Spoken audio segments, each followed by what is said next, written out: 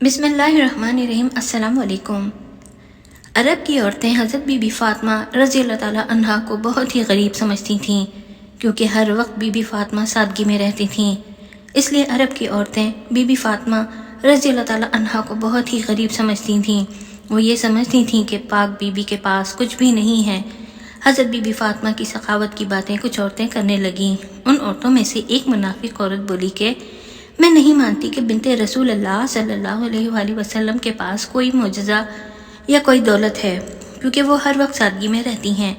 اس بات کو جاننے کے لیے وہ عورت حضرت بی بی فاطمہ کے گھر پہنچی تو بی بی فاطمہ نے دروازہ کھولا، اس عورت کو اندر بلایا، گھر میں بٹھایا تو وہ عورت بولی، اے بنت رسول اللہ صلی اللہ علیہ وآلہ وسلم، آپ کی سخاوت کے چرچے سر عام ہو رہے ہیں۔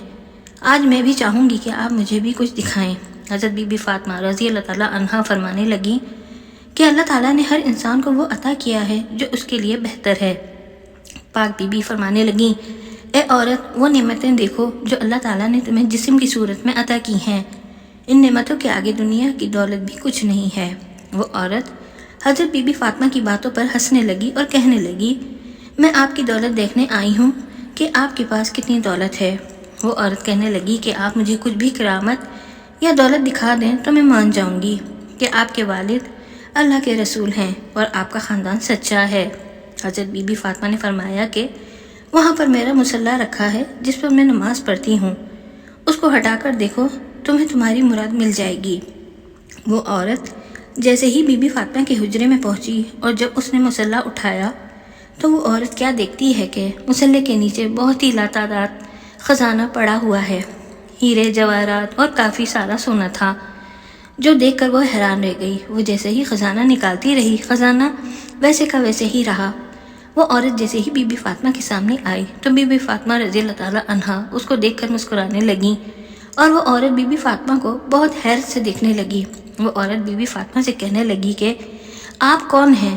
آپ تو اتنی سادگی میں رہتی ہیں، آپ کا لباس اتنا سادہ ہے جبکہ آپ کے پاس اتنی دولت ہے۔ میں تو یہ سوچتی تھی کہ آپ کے پاس دنیاوی دولت نہیں ہے، تبھی آپ اتنی سادگی میں رہتی ہیں۔ تو بی بی فاطمہ رضی اللہ تعالیٰ عنہا فرمانے لگیں کہ اللہ تعالیٰ نے دنیا کے سارے خزانے ہم اہل بیت کے قدموں میں رکھ دیے ہیں، اور اللہ کی مرضی یہ ہے کہ ہم سادگی میں رہیں تاکہ کوئی بھی شخص سادگی اختیار کرنے میں شرم محسوس نہ کرے۔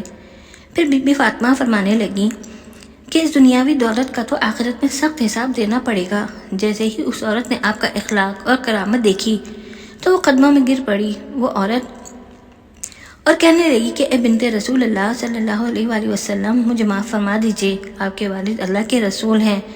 میں اس بات کو تسلیم کرتی ہوں کہ آپ کا گھر اور آپ اللہ کے بہت قریب ہیں، اور آج میں بھی اسلام قبول کرتی ہوں۔ سلام ہو حضرت بی بی فاطمہ کی سخاوت پر، جس کو دیکھ کر کفار بھی مسلمان ہو جاتے تھے۔ سبحان اللہ۔ حضرت بی بی فاطمہ کے پاس جو کچھ بھی تھا وہ آپ نے اللہ کی راہ میں دے دیا اور اپنے پاس کچھ بھی نہ رکھا۔ بی بی فاطمہ گھر کے سارے کام اپنے ہاتھوں سے کیا کرتی تھیں، گھر میں بچوں کی پرورش بھی خود کرتی تھیں اور سارا دن چکی میں آٹا پیسا کرتی تھیں، ہر وقت سادگی میں رہتی تھیں۔ ایک دن ایک عورت نے حضرت بی بی فاطمہ کے پاس آئی اور کہنے لگی، اے بنت رسول اللہ صلی اللہ علیہ وسلم، میرے 3 سوال ہیں۔ پہلا یہ کہ کوئی ایسا عمل ہے جس سے انسان کے سارے گناہ معاف ہو جائیں؟ دوسرا سوال، اللہ کے نزدیک سب سے افضل کون سا گھر ہے؟ اور تیسرا سوال یہ ہے کہ انسان اور جنت کے درمیان کتنا فاصلہ ہے؟ یہ بات سن کر حضرت بی بی فاطمہ فرمانے لگیں کہ میں نے اپنے ابا حضور صلی اللہ علیہ وآلہ وسلم سے سنا ہے کہ اپنے والدین کی خدمت کرنا ایک ایسا عمل ہے کہ اللہ تعالیٰ انسان کے گناہ ایسے معاف کر دیتا ہے جیسے آگ لکڑی کو ختم کر دیتی ہے۔ اور تمہارا دوسرا سوال تھا، اس کا جواب یہ ہے کہ جس گھر میں عورتوں کا پردہ